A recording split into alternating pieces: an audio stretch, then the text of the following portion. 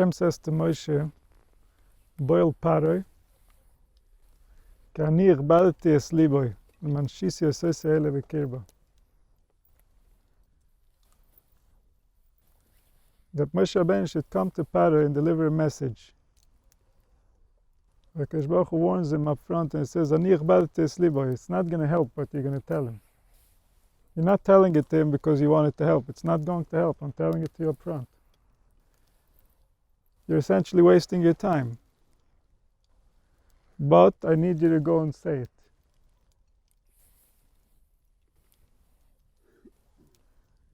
The Arizal says that Paro represents the Oiref. The Oiref is the backside of the neck.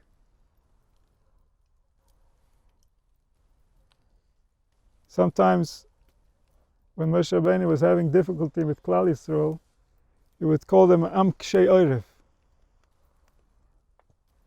a nation with a hard neck, a hard backside of the neck.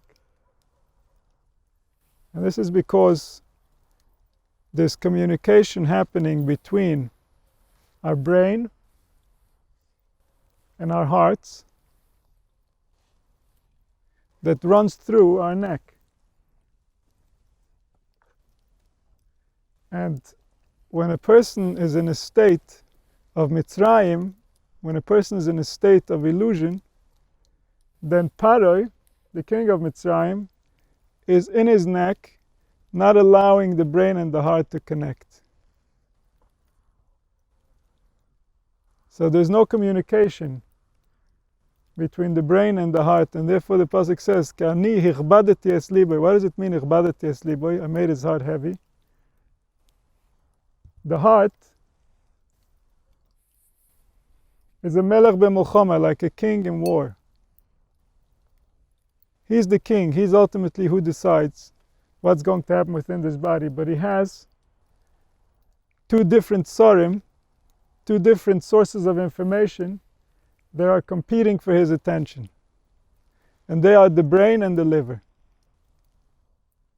Like the Rosh Hashanah, melech, moich, lev, and koved. The brain has one direction where it wants to go, and the liver, which is what creates the instincts within the person, wants to do something else.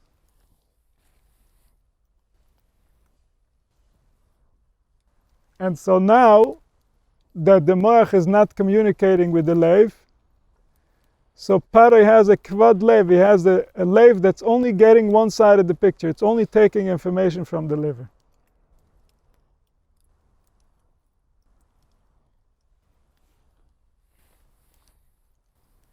And so HaKadosh Baruch Hu says to Moshe, you go speak to Paro.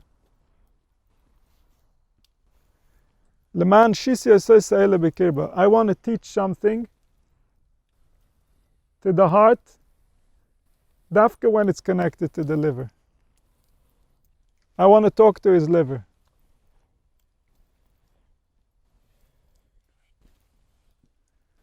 And this is something that we're all familiar with, that sometimes our heart is more influenced by our brain, and sometimes our heart is more influenced by our liver. When our heart's influenced by our brain, when the communication is better, then we say we're in a good mood, we're in high spirits, we're feeling nice, we can think of the world in beautiful ways, and life seems upbeat and things are exciting. But then, when our heart is more in closer communication with the liver, then life looks very different. Our reactions to life are very different, our instincts are very different, our hormones are different. And this is called that we have an overage of midas hadin. We have too much judgment in ourselves.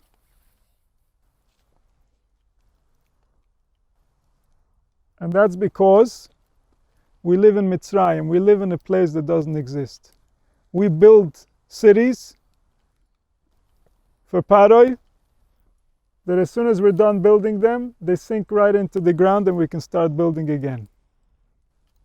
The satisfaction doesn't last for even a moment. because we're living in a reality that we created in our imagination by the help of others.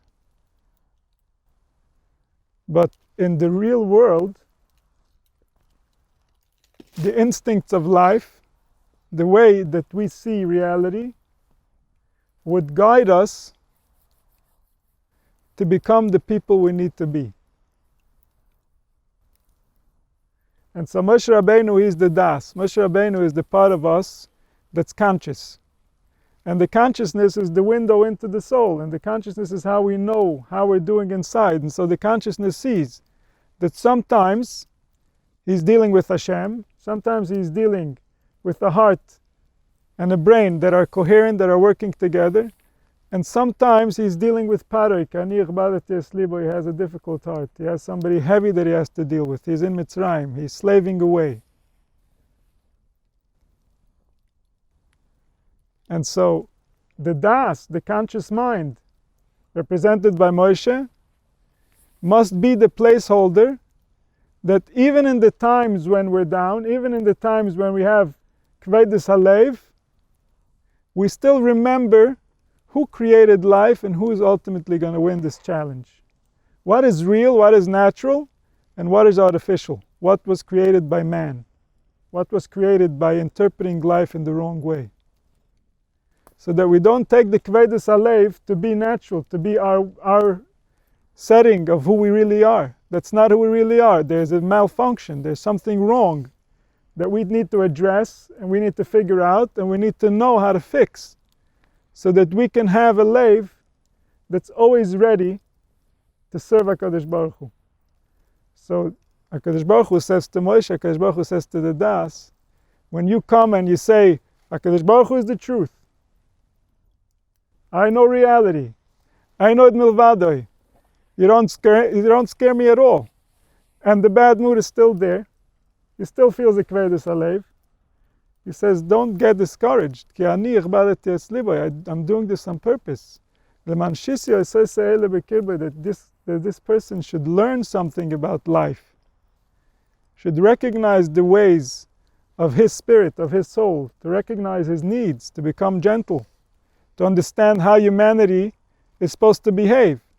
Every pain, every discomfort, every bad mood is based on events, on feelings, on emotions of misinterpreting life, of misunderstanding our nature. And so HaKadosh Baruch Hu says, I created you in this way. I created that you're going to get offended in this way if this happens to you. And you know why? Because otherwise you would just allow it to continue to happen and you would never get healed. So I made it so that it's painful when you do it wrong. It's painful when you violate your nature. So that now you're going to go look for the truth. So that now you're going to figure out what really needs to be happening here. And this is how HaKadosh Baruch Hu created within man, that man should be self-corrective. Man should be able to figure himself out from within. However, the way that we're living, the way that we're using language, we're making it much more difficult for the spirit to understand itself. So many beliefs, so many understandings, the spirit doesn't know how to digest. And so the das of the person, the conscious side of the person, is the one that's supposed to make seder, to figure out how do we fix what has been broken. What has been broken in the das. When Adam Rishon ate from the Eitz HaDas Tov V'Ra. And the way that we're going to fix it is going to be through the das. It's going to be by becoming aware, by recognizing how we really are and who we really are, and not allowing illusions to stand in our way of seeing reality, of understanding that somebody, some intelligence that's much bigger than us, that's much bigger than what we can comprehend, because it can prove itself. It proved that it did something that we cannot comprehend, so it proved its greatness. Something like that has a plan for us, and we just have to tune in to understand what is his real desire, what does he want from a person that he created in our form. Because he created it in such a way that everything is constantly healing unless we get in its way. And so even though we're coming up against Paroi and it seems like Paroi doesn't budge, that's because there's a process happening.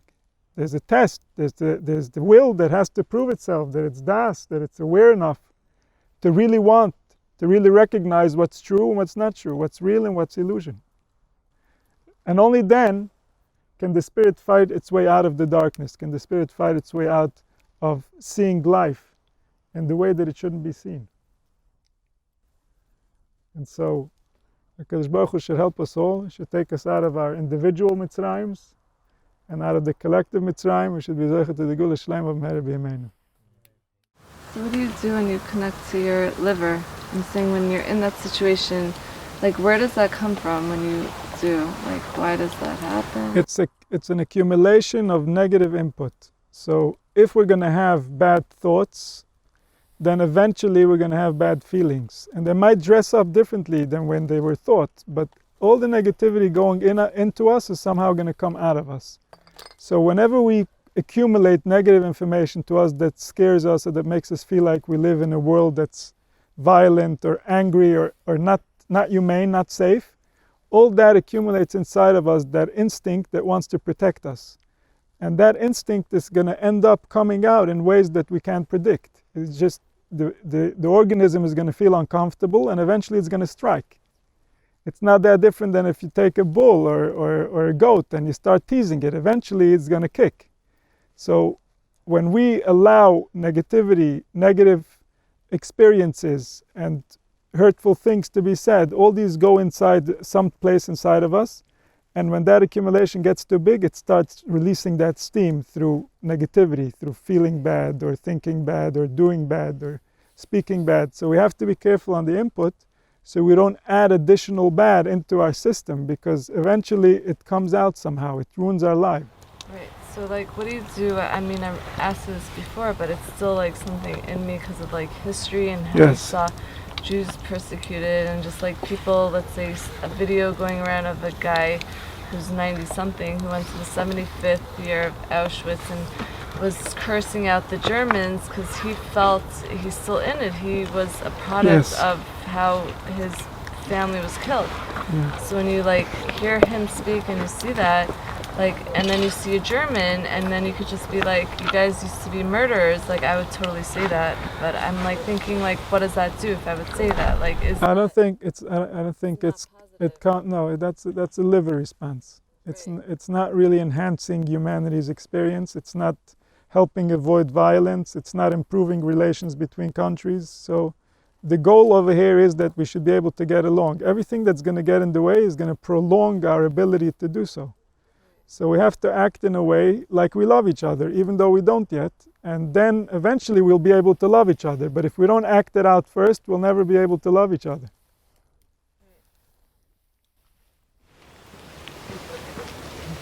I'm not sure if this is what she was asking, but when I was listening, it kind of sparked the thought that what about people who, you talk a lot about putting in negative input, negative thoughts coming in creates negative feelings, but there are people who just, from as young as they can remember, all they have are negative thoughts. Yes. And negative feelings. Yes, and that has to do with the previous generation. So it's not always like blaming ourselves for negative input. It's not about blame at all. No, it's not about blame at all. It's a question of mechanics. It's a technical question. How do I get rid of it?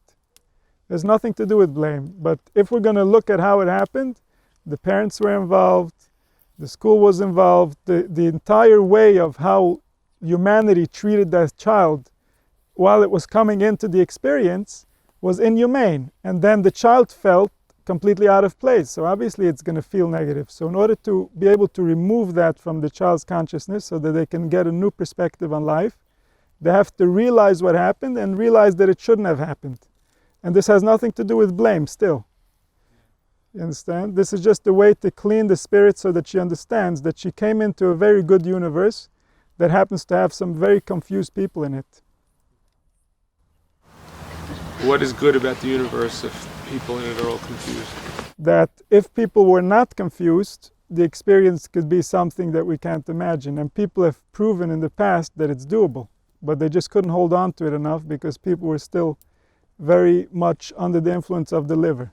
A lot of selfishness and a lot of looking out for little interests while the big interests are being neglected. And humanity went through quite a ride. But eventually, if you look at the equipment he provided us with, you can see that he has something of real interest in mind, and he wouldn't just make this just to play around. There's a way that this works that should make all the parties involved very, very happy. And that's the goal. That's why he created it this way. And then there's empathy, like you want to be empathetic, you want to like feel someone's pain in a way, like to feel where they're coming from, but then like how does it not like affect your happiness? There's a balance there that a healthy spirit can find, with feeling for the other person but not feeling bad in a way that they're hurting their own, their own future, their own potential. Because life at this point is broken, and we have to live with that somehow. We can't think of life as perfect and say, well, here it is, eat it now, because it's not ready. Life is broken. But if we look at life intelligently, we can see that it could be fixed, and it's worth fixing. And given that this is the only thing we have to do, because this is who we are and this is who created us to be, so we might as well figure out how to fix it. And that's ultimately the goal, that one day you won't have to be compassionate to somebody else's pain because the other person won't have pain. Instead, you'll be able to be happy with them together. If you see someone, let's say you're close with someone who you could see they're very stuck in their liver, as you say. Yeah. How can you help them? Because they don't see. The only way to help anybody is to help yourself. The more you're going to be living what you think is real, other people might choose to copy you.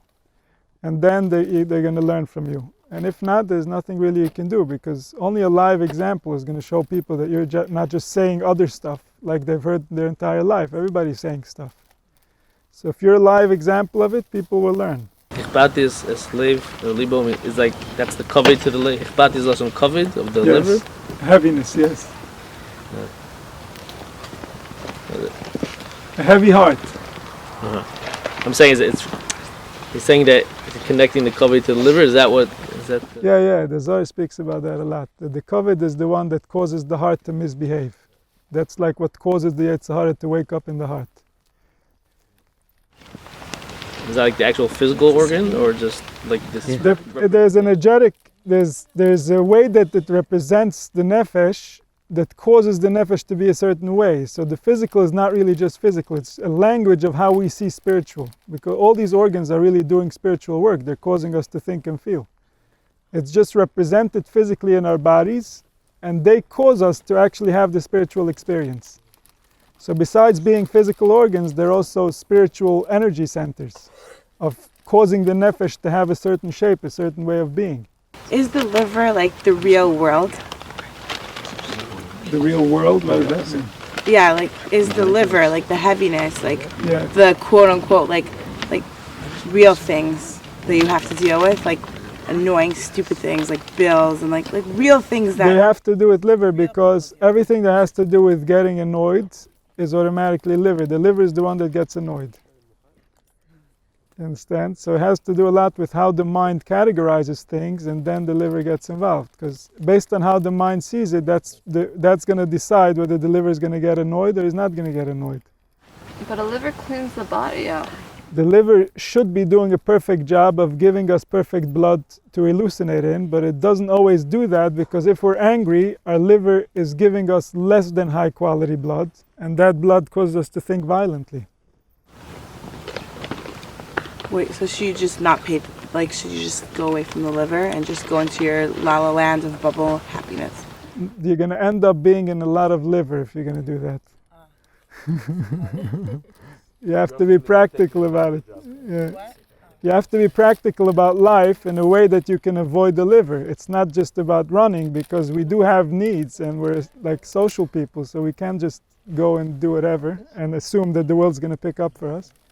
But if everybody were to live that way, there are good ways of living that can provide for that. But that requires certain attributes, certain midos, certain ways of interaction between human beings that hopefully we'll be able to realize in order to see what that even looks like. So what's a healthy way of dealing with real issues that you have in life? There's real things that are difficult to deal with. So the Torah's view is that in theory it's better to learn Torah and not be busy with it at all. But in practice you can't do that. So you have to be as practical as possible of what is it going to take that I need to do in order to be able to spend the rest of my time on more important things. So that's a balance that each person has to find for himself. Because this is the reality right now. Not being realistic is going completely away from God. God is the reality itself. So all the impediments that are right now on reality, that's kaviyachol God suffering with us. That's imay nochi b'tzara. So we have to configure within this, how do we do it? What's the best we can do? And that's it. The best is what it is. You know, there's no real spectrum of here you have to hit. It's just a matter of the heart trying to do its best. And then that's it. That's how we pass. So people who are sitting in kollel and collecting money and basically starving and struggling, but they're doing it l'shem shamayim for Torah. It all depends on what their Torah delivers for them. If the Torah is the real Torah, then obviously that's a huge sacrifice for HaKadosh Baruch Hu. If that's the kind of Torah that's going to bring the Geula, then for sure it's worth it. Because humanity needs this Geula. It's not like we're doing okay and we can do better. We're very much not okay, and only if we're going to find the Geula are we going to be okay. That's our base level. That's something we must have. It's our nature that we've been taken of. We don't know who we are. That's a big problem. So anybody that can be busy with that is doing humanity a huge service. He's designating his life to humanity. But somebody who can do it should, for his own sake, for his own mental health, he should be able to find time where he can be busy with more important things, because otherwise life is going to become pretty meaningless. So why is it that I get this thought of the guy should go get a job and stop schnorring from people?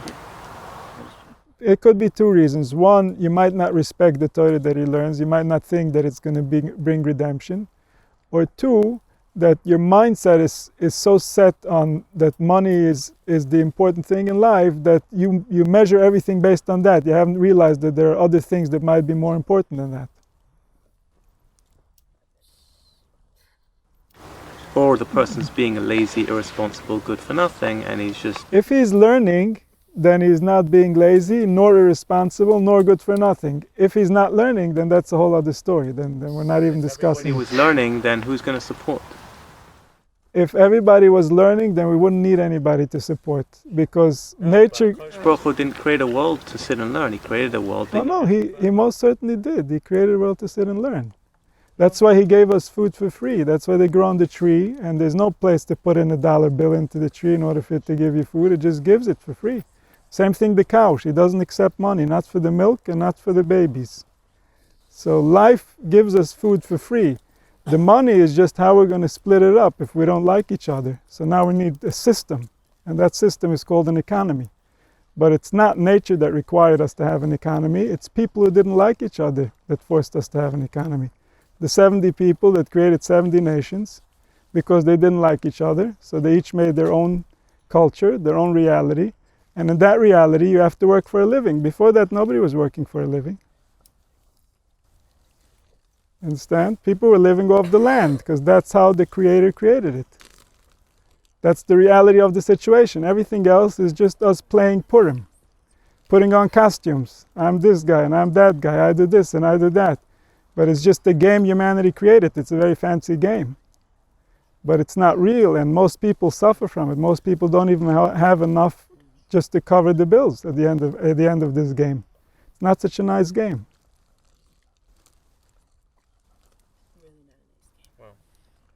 Okay, when you have like a bad day, Yes. because everyone has bad days, right? Yes.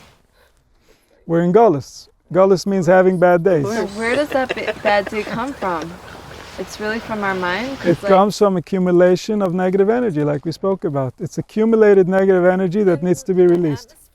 In the human, in the being, in the self, yes. it doesn't, because if it was from somewhere else, then you would have no control over it. But given that it's from you, you have a lot of control over it, and that's ultimately your spiritual level, is how much control do you have over your production. That's how you get measured spiritually. So what should a person do when, like, meditate when they're pissed? Well, first of all, not to manifest it into words, because words go into other people's hearts and cause a lot of damage. So not bring it out into words, and do what you know will work. If it's a run, if it's some other form of distraction, sometimes maybe eating. If we're hungry, could definitely contribute. So just taking care of things that you know might help is going to allow you to see where you're up to. And ultimately, sometimes just sleep. Sleep can wear it off, and then you wake up refreshed. So we have to know ourselves enough to know what it is we can do in order to help ourselves. But the main thing is not to release it into the atmosphere, because other people don't need to suffer. Wait, does that mean that you don't believe in psychology? I believe in it, but if a person wants to do spiritual work and get to know themselves, psychology alone is not going to get them there. It's not enough. Because spirituality is much deeper than just psychology. Because psychology is all about speaking out your trauma, the bad, getting deep into. Right. So the way that I approach that is that if there's emotion, if there's the heart involved, and then you're talking it out, then you might be releasing your pain. But if the brain is just doing it and is chewing on it, and there's no emotion, that's just causing additional trauma. That's just creating more pain for the heart, because the heart's not enjoying listening to that. Understand? But sometimes it feels good to sit in that. Well, that's not your friend. That feels good is like when you have the wrong taste. Your taste buds are off, you know? You got so overtaken by it that now he's talking. You understand? But like, it's good to, I feel like it's good to like know where certain things might be coming from. It's very good to understand yourself. The more the better. Understand yourself through psychology. I think it's very important. And not always is dealing with negative things a negative. Sometimes you deal with it from an angle where you get a lot of relief. But when you see your heart getting injured, that's really the flag. And the heart gets injured by anything it doesn't want should happen.